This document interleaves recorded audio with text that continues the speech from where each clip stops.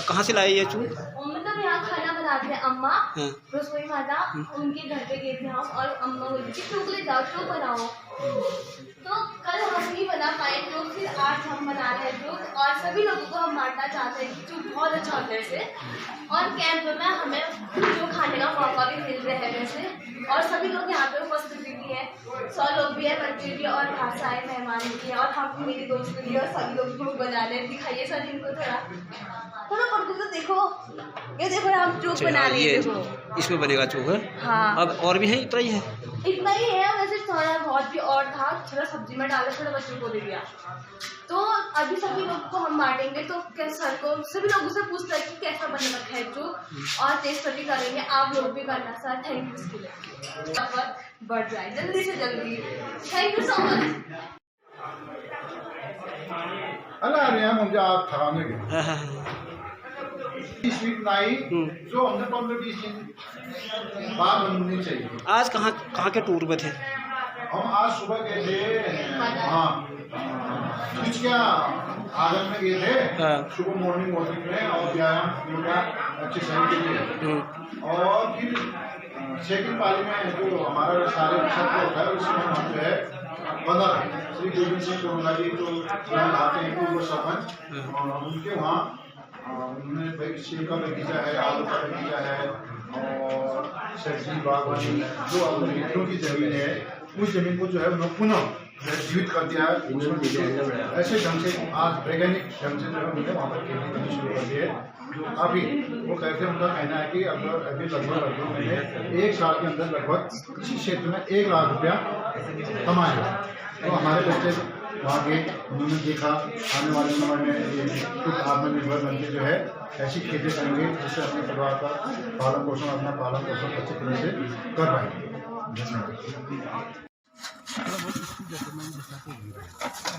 जैसे सर ये जैसे बर्तन बजते हैं किरण और कौन बनाते हैं दूसरी चाय अच्छी वाली?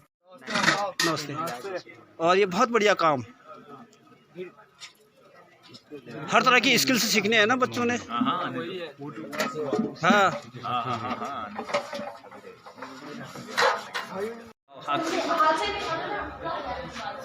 चलिए और इधर को देखिए और बताइए स्वाद कैसा हुआ रहा है? बहुत बढ़िया, मज़ा आ गया। मज़ा आ गया, बहुत बढ़िया बना है। आप हमने बनाते हैं हाँ बताओ। सब लोग ने टेस्ट भी कर लिया हाँ। है और क्या बोलते हैं, बहुत अच्छा भी बना है और सबको देने का इजाजत मांगते हैं आप लोगों से। मतलब क्षेत्र में वर्तमान में हम योगदान दे रहे हैं। आप सभी लोग परिचित हैं, परिचय की मोहताज नहीं है, फिर भी ये एनएसएस कैंप के माध्यम से बच्चों को जो 7 दिवसीय कैंप है उसमें आप लोगों ने जिस रूप में भागीदारी की है वो जो हमने पाया है उसमें बड़ी प्रशंसनीय है।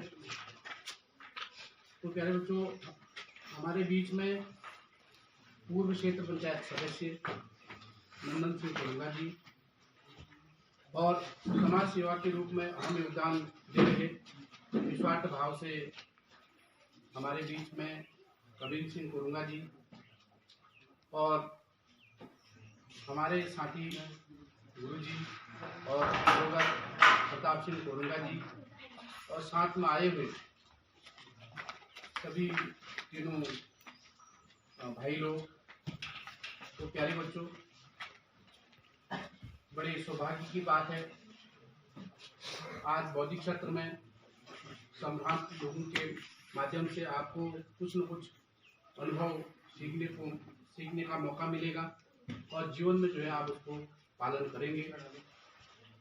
तो बौद्धिक क्षेत्र के रूप में पूर्व में हमने जो प्रैक्टिकली स्वरूप में किया, जैसे कीवी प्लांट्स में हम गए, वहाँ बहुत सारे चीज़ें हमने सीखी, आपने सीखी और आपने ये संकल्प लिया कि कृषि के क्षेत्र में को भी जो है हम व्यवसायिक क्षेत्र में परिवर्तित कर सकते हैं। उसके बाद कल का जो दिवस था हमारा गैस गोदाम में था, गैस गोदाम के बारे में हमने चारों तरफ वहाँ सफाई भी करी, साफ़ सफाई भी की, रास्ते की साफ़ सफाई भी की और हमने जाना कि हमारे आसपास में अगर विकास के स्वरूप में इस प्रकार के सुविधाएं प्राप्त हो जाती हैं जो मानव विकास के स्वरूप में परिभाषित होती है, तो यहाँ पर गैस गोदाम भी स्थापित है, तो उसके बारे में भी आपने विस्तार से कल जाना। और आज सुबह का जो कार्यक्रम था हमारा, व्यायाम और दौड़ के बाद जो सुबह नित्य कार्य होता है, उसके बाद हम लोगों ने जो भ्रमण किया, हम जो है कनर गए थे। कनर में वर्तमान में पेड़ के प्लांट्स लगे हुए हैं और पोलिया हाउस बना हुआ है, उसके अंदर सब्जी का उत्पादन हो रहा है, बिल्कुल शुद्ध, बिना केमिकल, बिना हम कह सकते यूरिया के कंपोस्ट खाद में जो है वहाँ पर खेती की जा रही है। तो उसके बारे में भी वहाँ पर गोविंद सिंह जी ने बहुत आयामी तरीके से आपको बताने का प्रयास किया और आप लोगों ने जो है अपनी प्रस्तुति भी देखी, ये बहुत अच्छी बात है।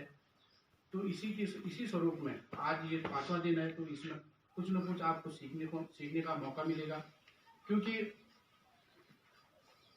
मैं आपको बता देना चाहता हूँ, हमारे एरिया को दूरस्थ क्षेत्र के रूप में पुकारा जाता है, लेकिन उस दूरस्थ की जो खाई को पाटने का जो काम किया है, उसमें कहीं न कहीं लोकतंत्र की परिभाषा को और एक परिभाषित करने का जो कार्य किया, उसकी शुरुआत हुई थी, वो हमारे पूज्य गुरुजी और पूर्व जिला पंचायत अध्यक्ष श्री राम सिंह कोरुंगा जी के माध्यम से हमें कहीं न कहीं राजनीति में एक गुटनिरपेक्षता के दृष्टिकोण से हम सही प्रतिनिधित्व को कैसे चुने, उसको समझ जो है हमारे क्षेत्र में इन्हीं के माध्यम से हमें सिखाया गया।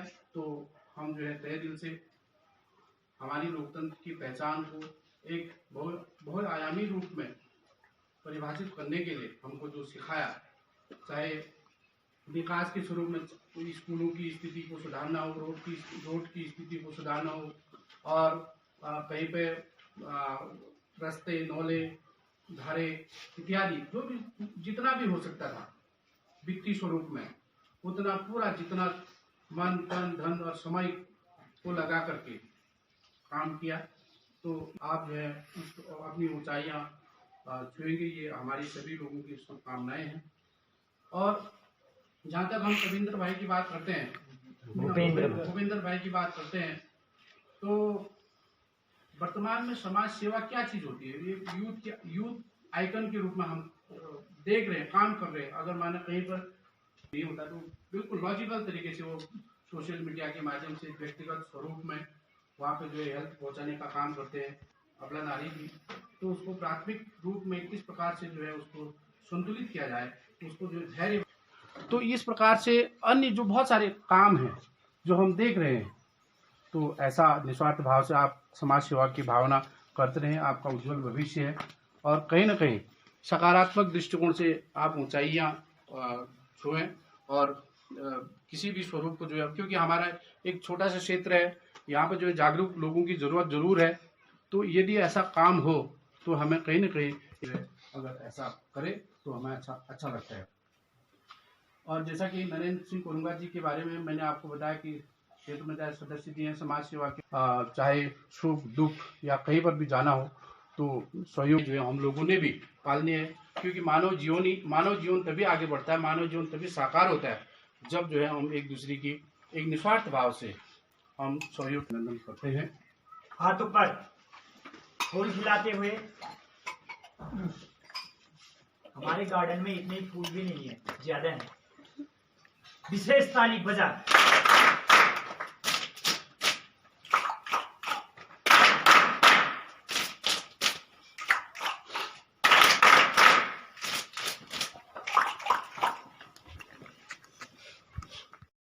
बहुत बहुत धन्यवाद आदरणीय गुरुजी। सर्वप्रथम माँ शारदे के इस पावन प्रांगण में आज के इस बौद्धिक सत्र में, जो कि राष्ट्रीय सेवा योजना के माध्यम से 7 दिन का जो ये शिविर आप लोगों के चहुमुखी विकास हेतु यहाँ पर आयोजित किया गया है एनएसएस के माध्यम से।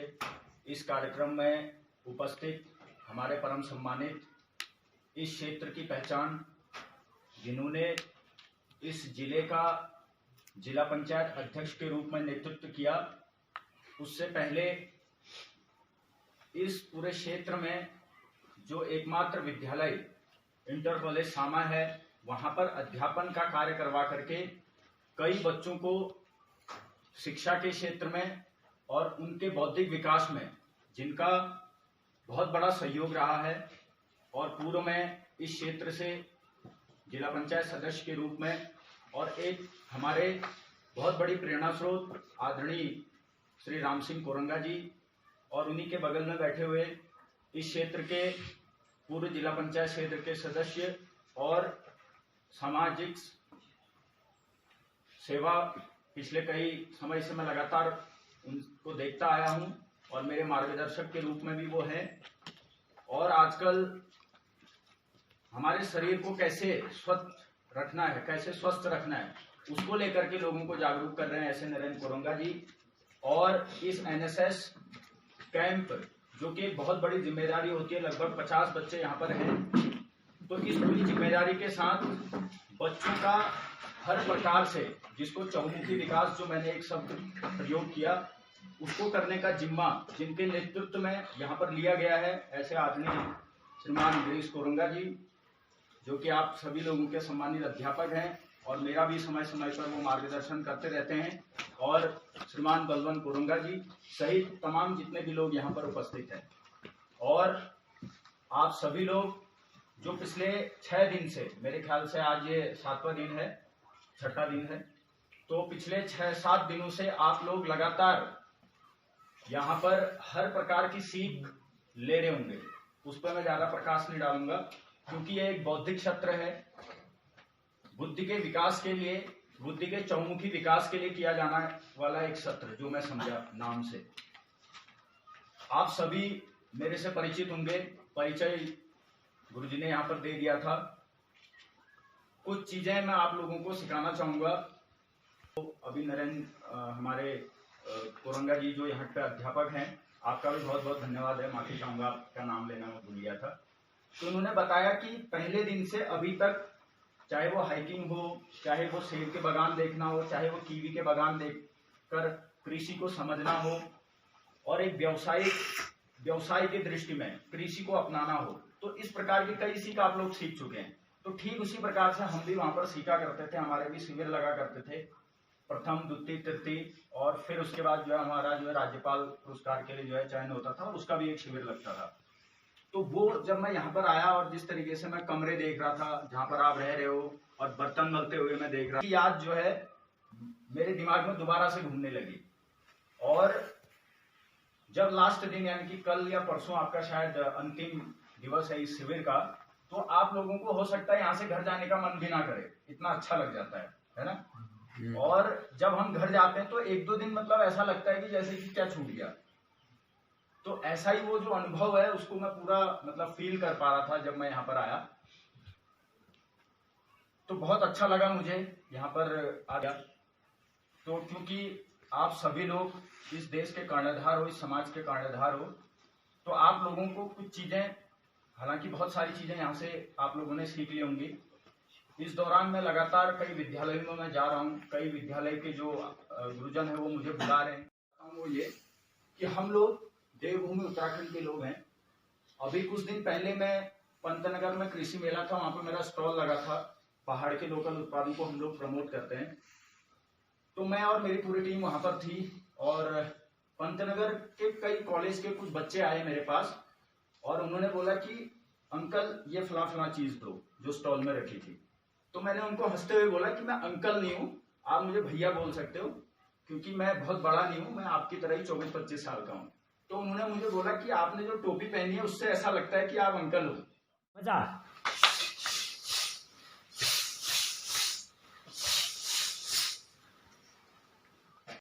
फिर से मंच पर बुलाई लिया है। तो आज के इस कार्यक्रम में और बौद्धिक सत्र में आए हुए हमारे विद्यालय के पूर्व गुरुजी एवं पूर्व जिला पंचायत अध्यक्ष श्री राम सिंह कोरंगा जी और मेरे भाई जैसे भूपेंद्र सिंह कोरंगा जी और मेरे चचा श्री नरेंद्र सिंह जी, अब पता नहीं चलता है कि मेरा नाम ले रहे हैं या उनका नाम ले रहे हैं। तो मैं आपको यह बताना चाहता हूं कि हमारे सारे गुरुजन लोग जो हैं इस एनएसएस के 3 डिपार्टमेंट होते हैं। सुबह उठते हैं, नित्य कर्मों के बाद जो है हमारा जो डेली का एक्सरसाइज होता है, तो उस एक्सरसाइज को हम भव्य रूप देने के लिए नए नए तरीके आजमाते हैं, जिससे कि बच्चे का सर्वांगीण विकास हो। फिर उसके बाद हम आके नाश्ता करते हैं। फिर हमारा जो पहला सत्र होता है एनएसएस के 7 दिवसीय कार्यक्रम का, वो होता है शारीरिक वर्क का मतलब ऐसा होता है, जैसे हम इस परिवेश में रह रहे हैं तो हमें यहाँ जो भी कमियां दिखी, हमने बगीचे बनवाए, क्योंकि यहाँ छोटे छोटे बच्चे पढ़ते हैं, तो वो हमसे एप्रिसिएट हो कि बगीचे ऐसे बनाते हैं, इसमें खाद ऐसे डालते हैं। इसके आगे पीछे हमारे बच्चों ने बिल्कुल पूरी सफाई करी। फिर शारीरिक काम 42 वर्ष तक। फिर माना हम कुछ नहीं बने तो लास्ट में हम भी उनकी तरह कोई रोजगार का साधन जरूर आजमाएंगे। और नशा तो वैसे हमारे बच्चे नहीं करते हैं इधर को, और न ही उसका प्रभाव इस क्षेत्र की ओर ज्यादा है। तो नशा तो इनकी समझ में भी पता नहीं है क्या होता है। लेकिन जो लोग यहाँ से नौकरी के लिए बाहर जाते हैं, तो वो लोग जो हैं अन्य लोगों को देखकर वो नशा करते हैं, तो वो नहीं है। और फिर उसके बाद हमारा जो बौद्धिक सत्र होता है, बौद्धिक में इनके बुद्धि का पूरा विकास हो जाता है, शारीरिक में इनका पूरा फिजिकल मेंटेन फिट रहते हैं ये। और अग्निवीर में मुझे लगता है कि ये फर्स्ट ग्रुप निकालने के लिए ही जाते हैं। चलो बाई चांस ये मेडिकल में बाहर हो जाते हैं, उसमें कोई बात नहीं।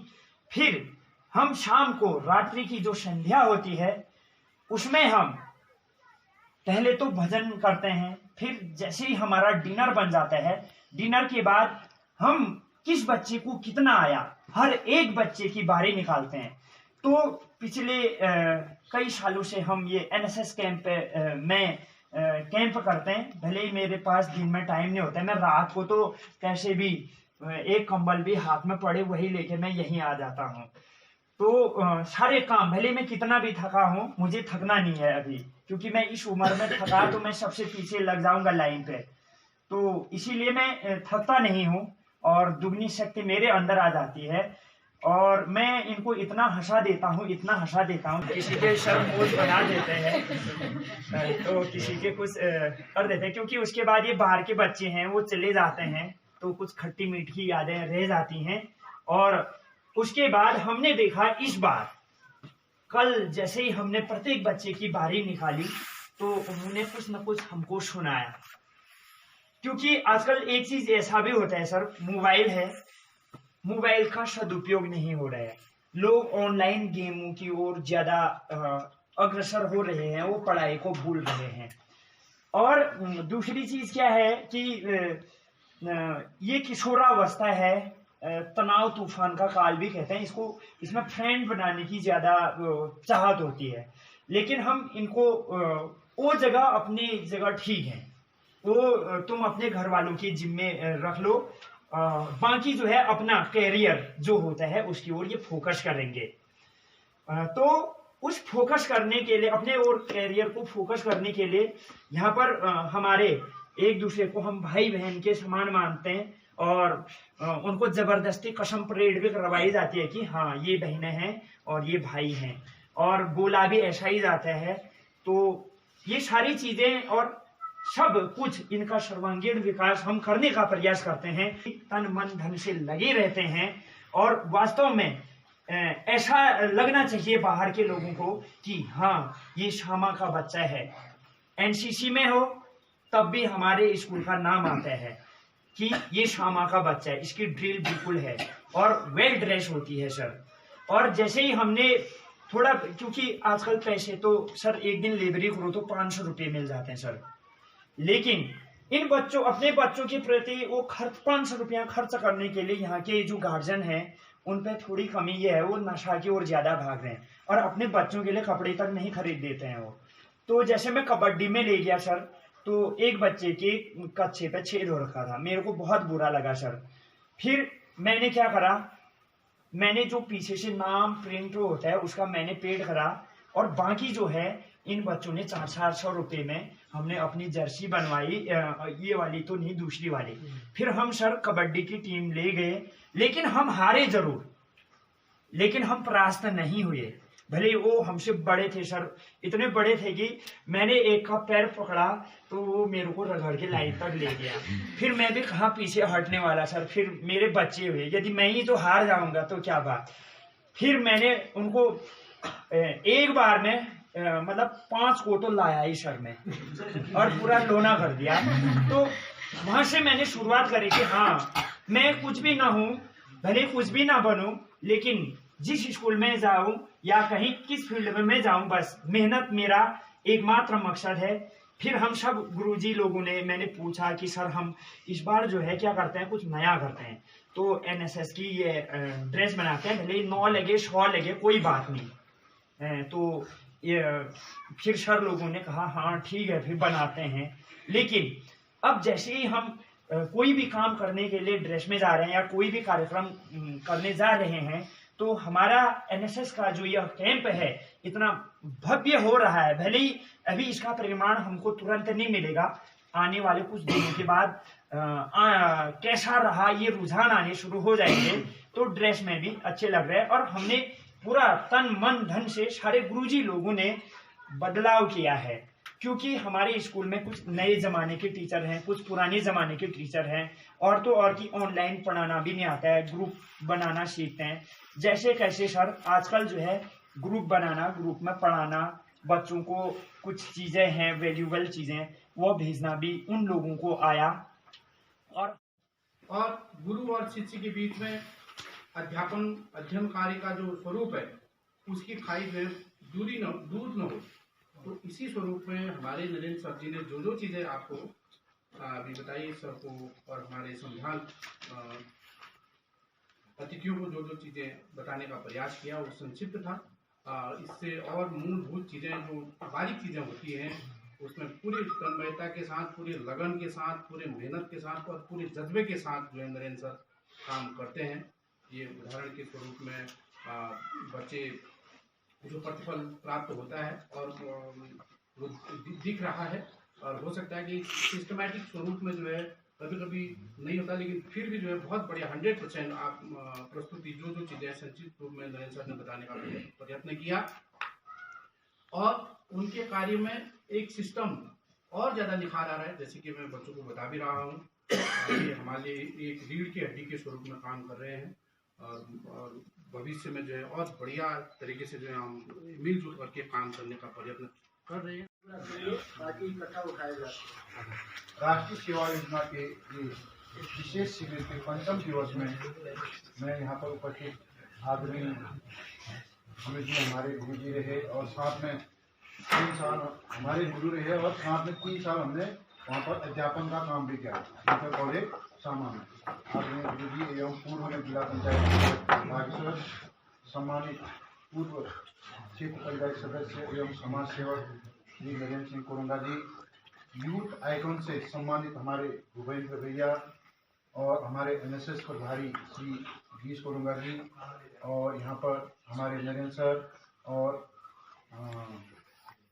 यूट्यूबर, और ऊपर हमारे हिंदू सब में जो है गुरुजी हैं श्री प्रताप सिंह कोरंगा जी। एवं प्यारे बच्चों, जैसा कि आज यहाँ पर 5वां दिवस चल रहा है, मैं आपको ज़्यादा कुछ नहीं कहना चाहूँगा, और सिर्फ इतना कहूँगा कि जो भी सफल लोग होते हैं, जैसे यहाँ पर हमारे भूपेंद्र भैया अभी मात्र 25 साल के हैं, जिन्होंने समाज सेवा के क्षेत्र में हर क्षेत्र में जो है यहाँ पर बिल्कुल अपनी भूमिका बिल्कुल हमेशा तत्पर आगे रहते हैं, कोई भी काम हो। तो 25 साल में इनको जो है यूथ आइकॉन से ये सम्मानित हो सकते हैं, तो आप भी हो सकते हैं। आप मेहनत करें, पढ़ें।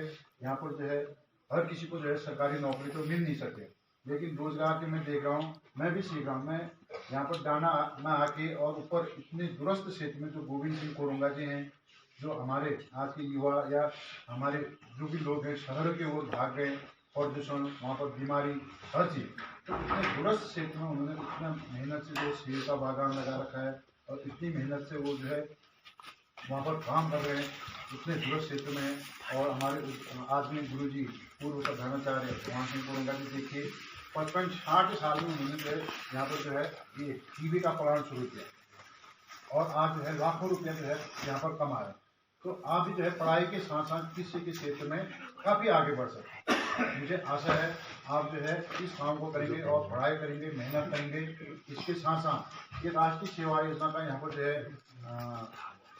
विशेष शिविर है। यहाँ से आप भी जो है, जैसे हम यहाँ पर तो इंटर कॉलेज के छात्र हैं, लेकिन कोई डीपी से आए हैं, कोई पंजाबी से आए हैं, कोई सीधी से आए, कोई सामा से आए हैं, तो यहाँ से अच्छे शिक्षा, अच्छे विचार लेके प्रत्येक गांव में जाएंगे। और भूपेंद्र कोरुंगा जी ने कहा था कि सबसे ज्यादा आज के समय में जो युवा हो रहे हैं वो नशे की ओर जा रहे हैं, तो ये ध्यान आपने देना है लोगों को नशे की लत से।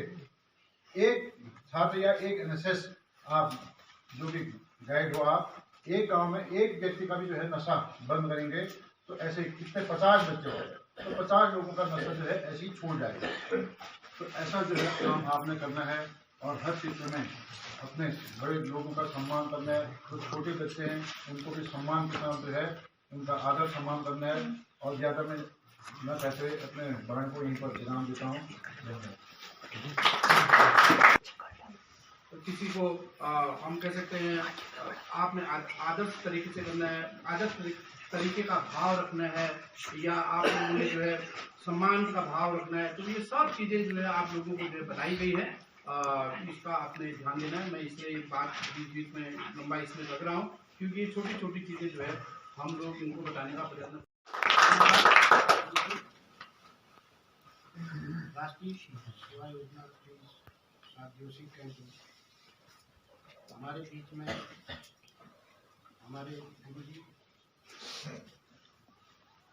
आप एक अच्छे शिक्षक के साथ साथ एक अच्छे राजनेता भी हैं। 91, 92 से लेकर 95, 96 तक आपकी शिक्षा ग्रहण किया हूँ। उसके बाद आपको राजनीतिक जीवन में देखा, आप एक अच्छे शिक्षक भी रहे हैं। और इसके अलावा आप गांव के ग्राम प्रधान से लेकर के जिला पंचायत के सर्वोच्च पद पर रहे और इस क्षेत्र के विकास में, इस क्षेत्र के सर्वांगीण विकास में आपकी हमेशा बहुत बारीकी से आपका मनन ध्यान रहता है और आपसे हमें बहुत कुछ सीखने को मिलता है। तो आज की मीटिंग में हमारे बीच में है श्री राम सिंह कोरुंगा जी और साथ में हैं श्री भूपेंद्र भाई। मेरे तो समझ में नहीं आता है ये किस मिट्टी के बने हुए हैं, क्योंकि ये ऐसे ऐसे काम करते हैं जो बिरले ही लोग करते हैं। कभी ये क्षेत्र की मांग को लेकर के नंगे पांव चले जाते हैं, कभी ये जो है अपने शरीर से खून डोनेट करते हैं। कई बार इन्होंने डोनेट कर दिया, 6 या 7 बार, 9 बार इन्होंने जो है अपना खून डोनेट कर दिया दूसरे के जीवन के लिए। और कई इस तरह के काम आपके बीच में करते रहते हैं। तो ऐसे युवाओं को, इनसे हमें प्रेरणा मिलती है। और हमारे बीच में हमारे गुरुजी हैं, इस कैंप के संचालक। हमारे बीच में बलवंत सर हैं, विद्वान शिक्षक हैं। नरेंद्र भाई हैं, हमारे विद्वान शिक्षक हैं। और हमारे हिल ब्लॉसम स्कूल के प्रधानाचार्य हैं और आजकल यूट्यूबर के नाम से प्रसिद्ध हैं। तो आप सब लोग, और यहाँ पर हमारे साथ में देवेंद्र भाई के सामने और भी भाई लोग यहाँ पर आए हैं, और सभी बच्चों का, बहनों का, भाइयों का मैं इस कैंप में हार्दिक स्वागत और अभिनंदन करते हुए आप सबको नमन करता हूँ। और आप सबको आजकल, क्योंकि पूरे देश में होली चल रही है, होली हमारे हिंदुओं का एक पवित्र त्यौहार है, तो होली की भी आप सबको शुभकामनाएं देता हूँ। हालांकि हमारे क्षेत्र में होली मनाने का ज़्यादा रिवाज नहीं है, और इसके पीछे बहुत कहानी होगी। हम लोगों को भी पता नहीं है, कोई कुछ बोलते हैं, कोई कुछ बोलते हैं। होली क्यों नहीं मनाते हमारे क्षेत्र में? कोई लोग बोलते हैं यहाँ ओले बरसते थे इसलिए होली नहीं मनाते। कोई लोग बोलते हैं कि हमारे यहाँ भगवान नौलिंग बजैन जी की भूमि है, वो जो है रंगों को ज़्यादा प्यार नहीं करते हैं, क्योंकि वो राख के अंदर जो है उन्होंने तपस्या की है।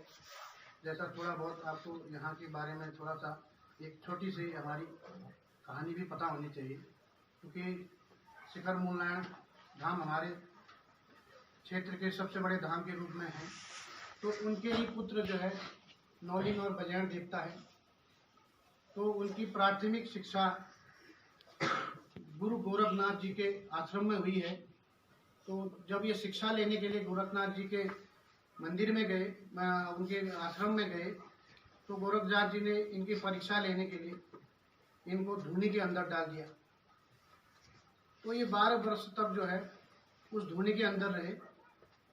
जैसे ही अब समय हो गया, 12 वर्ष जैसे ही उनको दिए थे, जब पूरे हुए तो ये एक अवतारी पुरुष थे, नौलिंग बजैंट देवता जो हमारे हैं, जो है एक सनगाड़ में स्थापित है नौलिंग देवता, और भनियाल में बजैंट देवता हमारे जो है स्थापित है, जो हमारे क्षेत्र के आराध्य इष्ट हैं। तो जब इनको धूनी के अंदर 12 साल हो गए तो गोरखनाथ जी भूल होने लगे। तब उनको याद आए कि मैंने बच्चों को यहाँ डाला है। तो उस समय की एक शक्ति है। तो उसके बाद उनकी शिक्षा दीक्षा होने के, तो उनको शिक्षा दीक्षा दी वहाँ पर। उसके बाद जो है 6-7 घंटा इनफ है, लेकिन अगर नींद पूरी नहीं होगी तब भी क्या होता है, आदमी नींद भी पूरी होनी चाहिए, और समय से खान पान भी हमारा ठीक समय पर होना चाहिए, और पढ़ाई का टाइम भी हमारा सही होना चाहिए। इसके अलावा और जो हमारे काम है, घर के जो काम है, उनको भी सीखना बहुत आवश्यक है। तो ये था। इसके अलावा जो हमारी गतिविधियाँ हैं, मैं यहाँ पर गुरुजी हैं, गुरुजी से भी निवेदन करना चाहूँगा कि पहले जब हम स्कूल पढ़ा करते थे तो कृषि विषय हुआ करता था पहले, बाद में तो वो भी हट गया था। तो आज के समय में कृषि विषय भी होना बहुत आवश्यक है। मैं गुरुजी से निवेदन करना चाहूँगा, क्योंकि सरकार तक आपकी पहुँच है, तो अगर हमारे इंटर कॉलेज शामा में भी कृषि विषय अगर यहाँ पर एक नया विषय खोल दिया जाए तो आगे को हमारे जो भी पीढ़ी है, जो भी हमारे बच्चे हैं, उसके विषय में उनको ज्ञान हो, एक नई तकनीकी से। क्योंकि परंपरागत तरीके से तो कई, जैसे गेहूँ, धान, सब्जी सब हम लगाते हैं, नई तकनीकी से भी विद्यालय में शिक्षा होगी। जैसे किसान जो है फसल को उगाता है, लेकिन उसी फसल में अच्छी पैदावार कैसे हो, अच्छी आमदनी कैसे हो, वो कई चीज़ें जो है सीखने की ज़रूरत है। तो मैं गुरुजी से भी निवेदन करूँगा कि जो है इस विषय पर पहल कर दी जाए।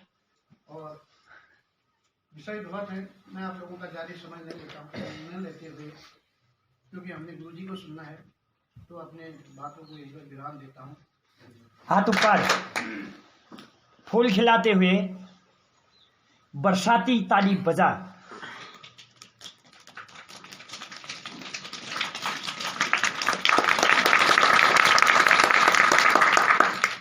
बुलाना, आशीर्वचन के रूप में बुलाना चाहूँगा हमारे गुरु।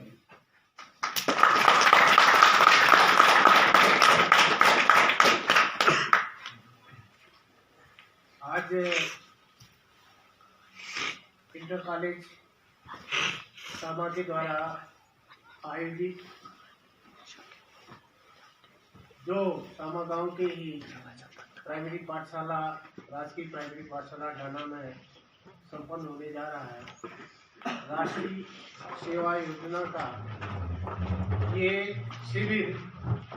आज शिविर में इस बौद्धिक क्षेत्र में हमारे बीच आपके विद्यालय के एनएसएस के प्रभारी श्री गिरीश जी,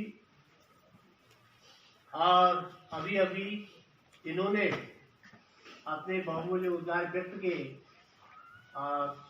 श्री भूपेंद्र जी।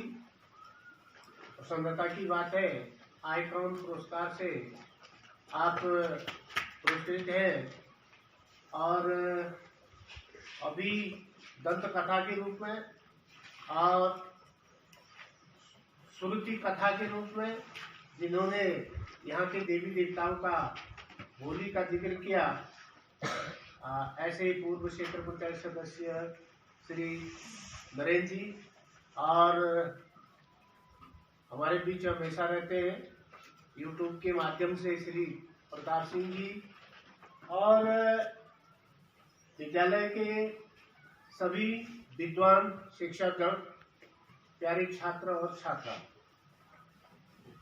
बात करते करते समय बीत गया है, काफी हो गया है।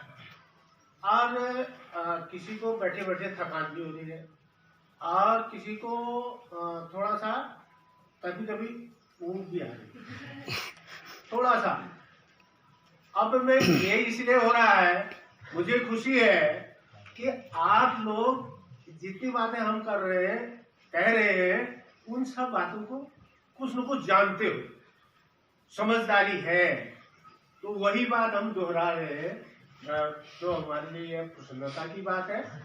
और मैं आप सबको ये शिवरात्रि के रूप में होने का बहुत बहुत बधाई देता हूँ और शुभकामना देता हूँ कि यह शिविर आप हम सबके लिए, हमारे समाज के लिए मील का पत्थर साबित हो, हम लक्ष्य तक पहुंचे, ऐसी कामना प्रार्थना करता हूँ। राष्ट्रीय सेवा योजना, राष्ट्रीय हमारी राष्ट्रीयता क्या है जानते हैं ना सब? भारतीय।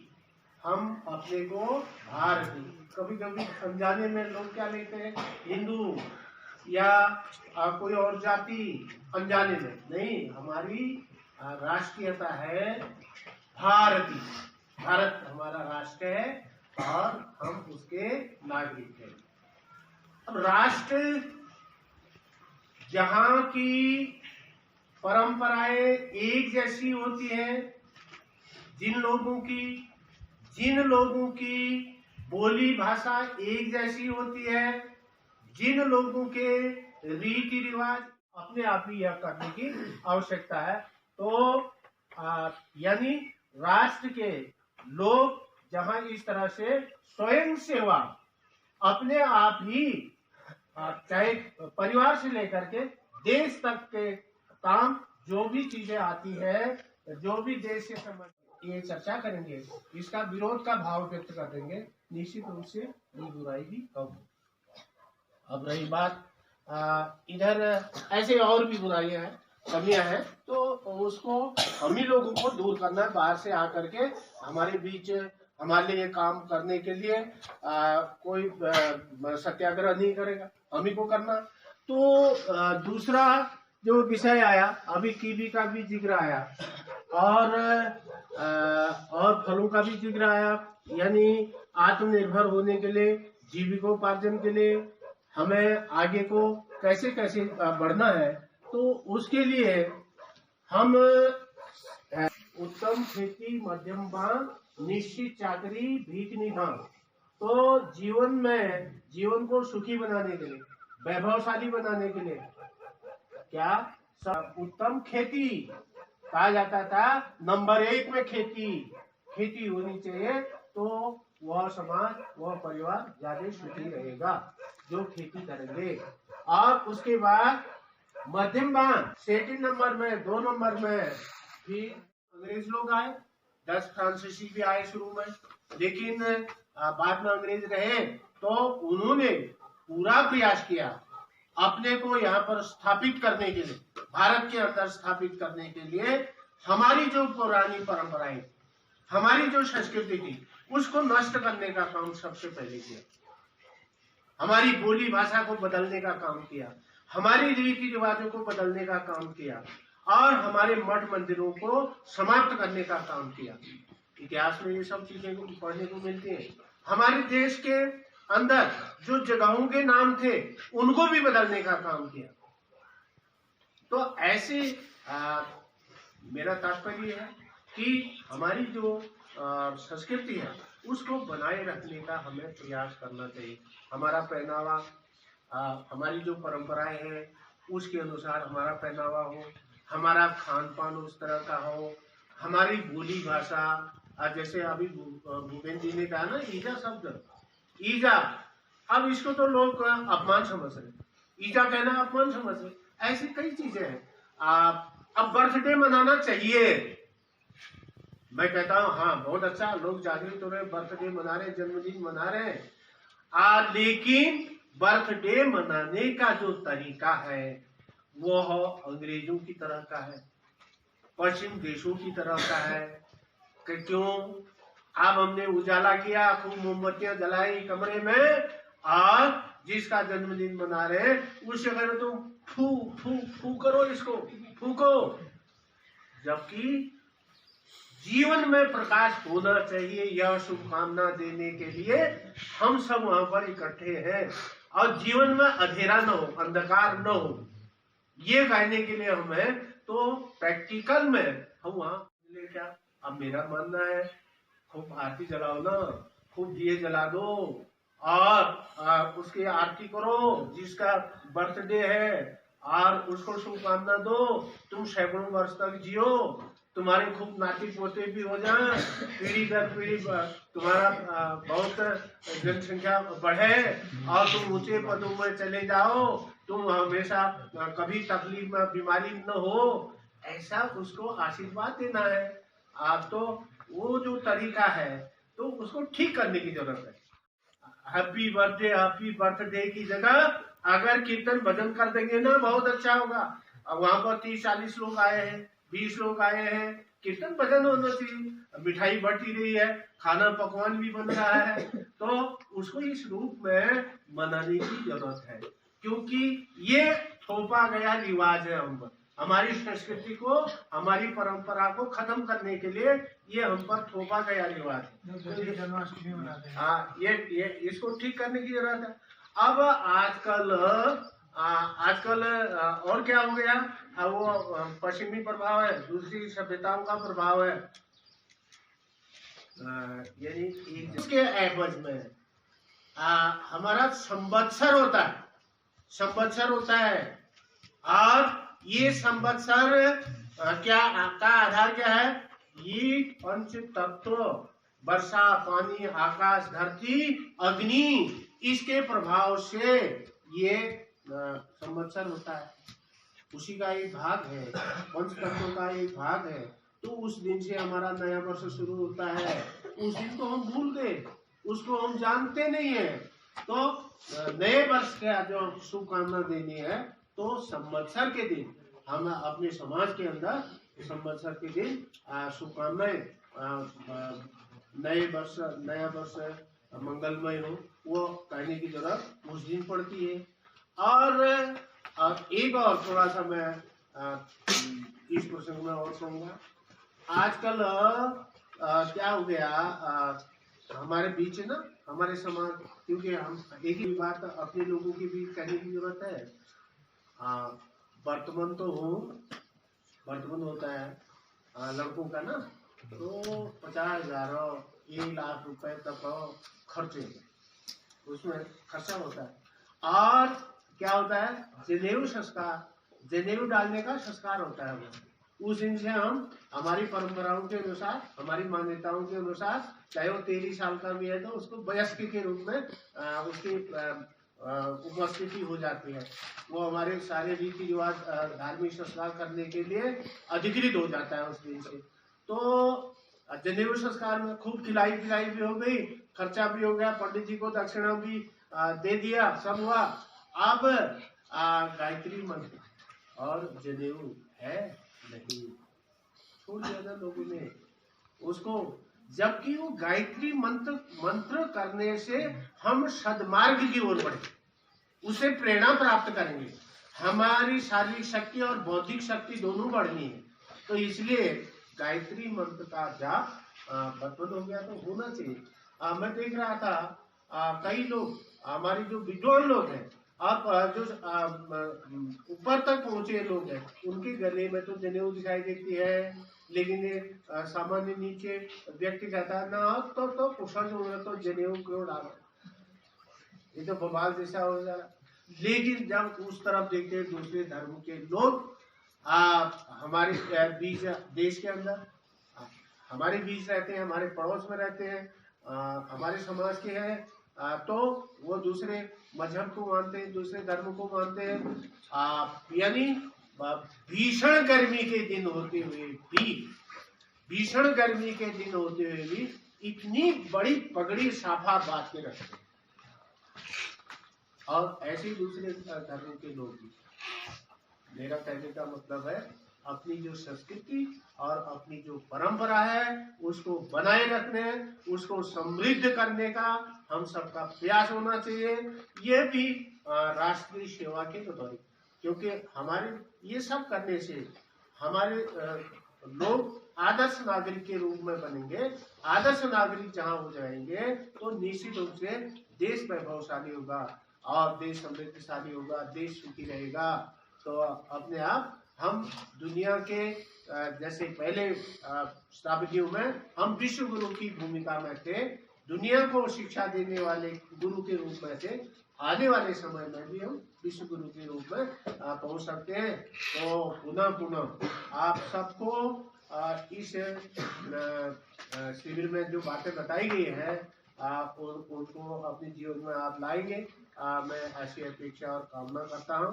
और एक आदर्श नागरिक के रूप में रहते हुए आप देश और राष्ट्र को मजबूत बनाने में आप सबका योगदान प्राप्त होगा। इन्हीं शब्दों के साथ बहुत बहुत बधाई और धन्यवाद।